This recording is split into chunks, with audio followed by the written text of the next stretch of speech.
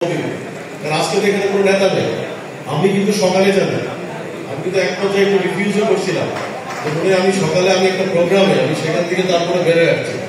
But anyway যখন বললো কয়েকজনের মুরব্বীর নাম বললো ইকবাল ভাই আসবে, সদেশদা আসবে, এই সাহেব আসবে, আচ্ছা ঠিক আছে বাবা আমি কষ্ট করে আসতেছি। আমার আরেকজন কথা বলবো।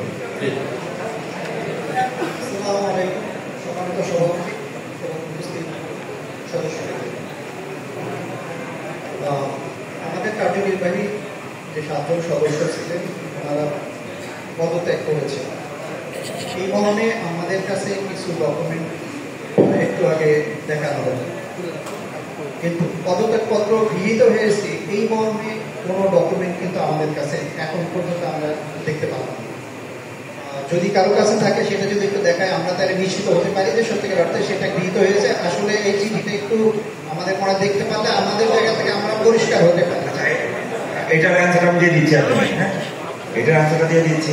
আমরা দ্বিতীয়ত যখন আমি গিয়েছিলাম পদত্যাগপত্র দেখিয়েছে, তবে আমরা সময় বলেছি যে আপনি যে পদত্যাগপত্র পেয়েছেন শুধু আমাদের না পুরো বাংলাদেশে। আপনি একটু আগে নতুনভাবে বলে গেলেন এখানে রেগুলেশন, এই রেগুলেশনের কারণে শুধুমাত্র বাংলাদেশ কমিটি সমিতি না, কিন্তু বিভিন্ন সংগঠন থেকে এরকম অনেক ফাইল ওদের কাছে জমা হয়ে আসছে। আমি বলছি যে আপনারা যে পদত্যাগপত্র পেয়েছেন তো গিভ মি রিসিভ কপি, যে এটা আপনারা অ্যাকসেপ্ট করেছেন। বলে যে অ্যাকসেপ্টে কিছু নাই, যখন নাকি পদত্যাগ করে অটো এটা পদত্যাগপত্র অ্যাকসেপ্ট হয়ে যায়।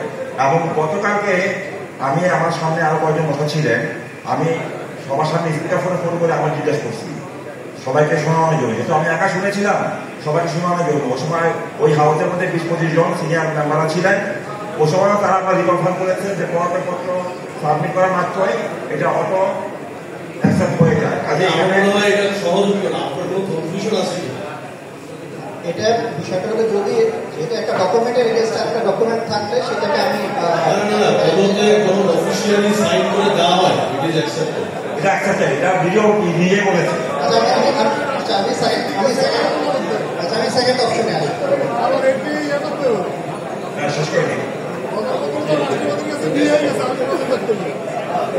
আরেকটা বিষয় হলো যদি বিসিএস এর প্রশাসক বসানো হয় তাহলে বিসিএস নিঃস্ব হবে, এরকম আমার একটা ধারণা আছে। আমি আরো কিছু প্রতিষ্ঠানে দেখেছি যে যেখানে প্রশাসক বসায়